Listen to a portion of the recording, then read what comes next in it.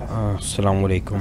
So guys, आज मैं आपको बताऊंगा कि आप जो है वो बहरीन का जो वर्क परमिट है न्यू, जो बहरीन का जो है वो न्यू वीज़ा का जो आपको की स्टिकर कहते हैं या फिर जो है वो पासपोर्ट पे जो स्टिकर लगता है उसके बारे में कि उस स्टिकर के अब वो असल में गवर्नमेंट ने मना कर दिया है कि वो स्टिकर लगवाने की आपको ज़रूरत नहीं है। तो आपका जो न्यू वीज़ा अपडेट होगा या फिर आप बहरीन से जाएंगे वापस आएंगे तो वो आपको एक न्यू स्टिकर की ज़रूरत पड़ेगी बेसिकली, जो कि स्टिकर नहीं है, जो एक पेपर है। अच्छा, वो पेपर आप ख़ुद भी डाउनलोड कर सकते हो। आपको अपने एम्प्लॉयर को या अपने जो आपका अरबाब है उसको परेशान करने की ज़रूरत नहीं है। और अगर वो आपको देते भी हैं तो और आपसे मिसप्लेस हो जाता है तो कोई प्रॉब्लम नहीं है, आप ख़ुद आराम से अपना जो है ये काम कर सकते हैं। अच्छा, उसका कुछ स्टेप्स हैं वो मैं आपको दिखा देता हूँ, वो बड़े ईजी हैं। पहले देखें, ये bahrain.bh की वेबसाइट है, ठीक है। यहाँ पर आप लॉगिन आओगे, आप लॉगिन करेंगे, ठीक है। तो लॉगिन करने के बाद जो है आपका कुछ होम पे जाके इसको इंग्लिश में कन्वर्ट करेंगे तो मुझे दोबारा लॉगिन करना पड़ेगा बेसिकली।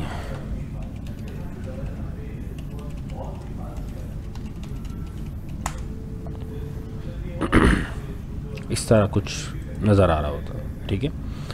तो अगर आपकी प्रोफाइल नहीं बनी हुई है तो उसके ऊपर प्रोफाइल आप बना सकते हो, ठीक है। यहाँ पर आप आएंगे सर्च में आप लिखेंगे रेजिडेंसी स्टिकर्स, ठीक है। इसको सर्च करेंगे तो यहाँ पे जो दूसरा ऑप्शन आ रहा है रेजिडेंसी सर्विसेज का, इस पर आप क्लिक करेंगे।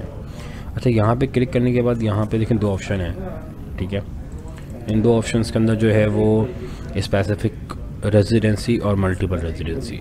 अब मल्टीपल रेजिडेंसी का मतलब ये है कि आप के पास जो है वो और एक से ज़्यादा निकालना है या फिर जो है वो किसी एक के बारे में कंफर्म करना है, ठीक है। तो आप जो है वो स्पेसिफिक के ऊपर क्लिक करेंगे। यहाँ पे आप जो है वो अपनी इंफॉर्मेशन जो आपका पासपोर्ट नंबर है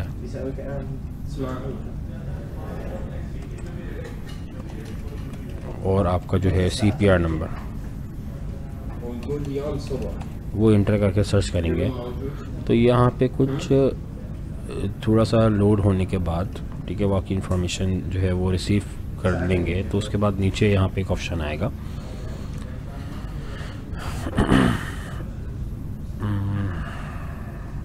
काफ़ी टाइम, हाँ जी देखें आ गया। अब यहाँ पे आपका बहरीनी पर्सनल नंबर, मतलब कि आपका CPR नंबर, आपका नाम और आपके वालिद का पूरा नाम, आपकी जब वीज़ा एक्सपायर का वो रहा है, ठीक है, वीज़ा एक्सपायरी डेट और उसका सर्टिफिकेट डाउनलोड करने के लिए। डाउनलोड सबसे इम्पॉर्टेंट है। अगर आप मोबाइल से यूज़ कर रहे हैं या अपने कंप्यूटर लैपटॉप से यूज़ कर रहे हैं तो उसको यहाँ से क्लिक करके उसको डाउनलोड कर सकते हैं अपने डिवाइस के अंदर। और यहाँ पे आप ईमेल सेंड कर सकते हैं कि वो आपको ईमेल पे पहुँच जाए। अब जैसे यहाँ पे जो है वो मैं अपनी ईमेल यहाँ पे लिख देता हूँ, ठीक है। और वही ईमेल यहाँ पे आपको दोबारा लिखनी है, दोबारा से कंफर्मेशन के लिए कि सही ईमेल के ऊपर जा रहा है, क्योंकि काफ़ी इंपॉर्टेंट डॉक्यूमेंट होता है ये। अब यहाँ पे सेंड कर देंगे तो ये देखें ईमेल सेंड सक्सेसफुली, तो ये आपकी ईमेल जो है वो उसके ऊपर आ जाएगा। सेकेंडली आप यहाँ से इसको देख भी सकते हो, ठीक है। यहाँ पे क्लिक करेंगे तो दूसरी जगह पे जो है ओपन होगा इस तरह। यहाँ पे ये सारी इन्फॉर्मेशन आ रही होगी।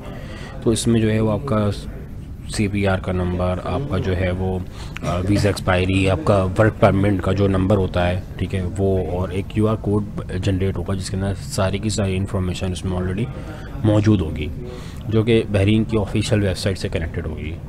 तो ये वो न्यू वीज़ा स्टिकर कह सकते हैं, वर्क परमिट का आप वर्क परमिट लेटर कह सकते हो।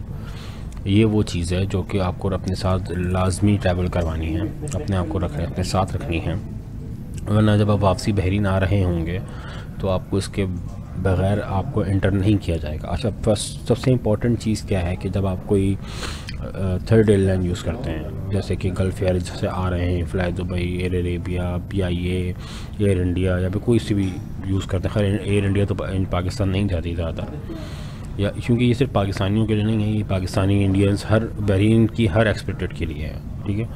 तो वो आपको बोलेंगे कि स्टिकर कहाँ पर है, तो स्टिकर आपके लिए ज़रूरी नहीं होगा। उस टाइम आप उनको बोलो कि ये अब चलता है स्टिकर, अब जो है डिमोलिश हो गया।